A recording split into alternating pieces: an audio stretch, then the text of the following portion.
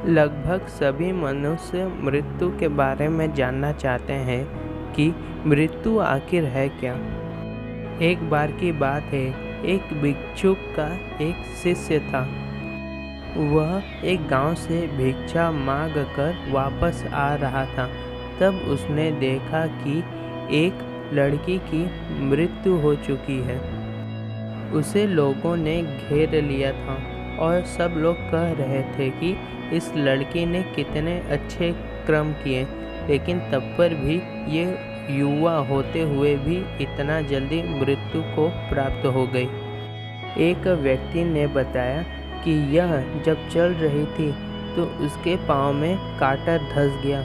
उसके कारण वह नीचे गिरी, लेकिन नीचे पत्थर रखा हुआ था। उसके माथा पर चोट लगने पर वह मृत्यु को प्राप्त हो गई। भिक्षुक का शिष्य उनकी बातें सुन रहा था। गांव के लोग उसे अस्थि पर लेटाकर जला दिए। वह शिष्य ध्यान से उस अस्थि को देखने लगा। उसके गुरु घबरा गए और वह देखने लगे कि शिष्य अभी तक आया नहीं, तो वह शिष्य को ढूंढने निकल पड़े। लेकिन उन्होंने कुछ देरी बाद देखा कि वह शिष्य एक अस्थि को जलते हुए देख रहा है। तब गुरु ने उसे कुछ रोका नहीं और ना ही टोका।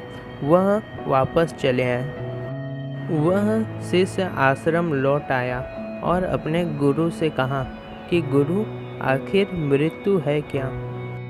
क्या अस्थियों को जल जाना ही मृत्यु है? गुरु ने उसका उत्तर नहीं दिया। फिर से शिष्य ने वही सवाल किया। गुरु फिर भी चुप रहे। शिष्य ने सोचा शायद गुरु को यह सब नहीं पता कि आखिर होता क्या है। वह शिष्य अपने गुरु से पूछा कि इस बारे में आपको कुछ मालूम है? वह गुरु एक नदी के पास उसे लेकर गए। उन्होंने एक पात्र लिया और उसमें जल भरने लगे। गुरु ने शिष्य से पूछा कि क्या ये नदी का जल है? शिष्य ने हाँ पर जवाब दिया। तब गुरु ने उससे एक और प्रश्न पूछा, क्या यह नदी और यह जल अलग अलग हैं? शिष्य ने हाँ पर जवाब दिया। फिर गुरु उस पानी को नदी पर डाल दिए और शिष्य से पूछा, क्या अब ये जल किधर है? शिष्य ने कहा, यह जल तो नदी में मिल चुका है। गुरु ने कहा कि क्या तुम उसी जल को भर कर ला सकते हो? शिष्य ने कहा कि हाँ गुरुवर। वह एक पोटली लेकर नदी से पानी निकाला और गुरु को दिखाया। गुरु ने कहा कि क्या यह वही जल है? शिष्य ने कहा कि नहीं, यह वह जल नहीं है। गुरु ने कहा कि तब वह पुराना जल किधर गया? शिष्य ने कहा कि वह तो नदी में समा गया। तब गुरु ने बोला, यही तो मैं तुम्हें समझाना चाह रहा हूँ।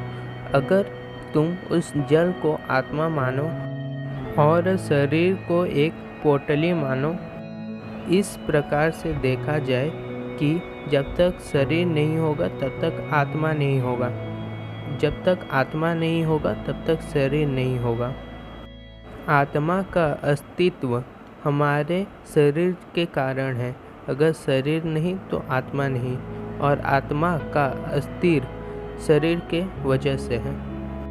अगर मैं जल को उबाल दूं और वह जल आसमान पर चला जाए तो वह आखिर पानी ही रहेगा, लेकिन वह पानी बादल का रूप लिए रहेगा।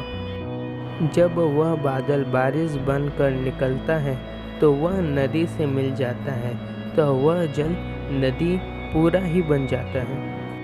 आप कभी यह न कह सकेंगे कि वह पानी अलग है। इस प्रकार से ना ही हम लोग कभी जन्म लेते हैं, ना ही हम लोग कभी मरते हैं। हम लोग का आत्मा कई सारे रूपों में बट जाता है।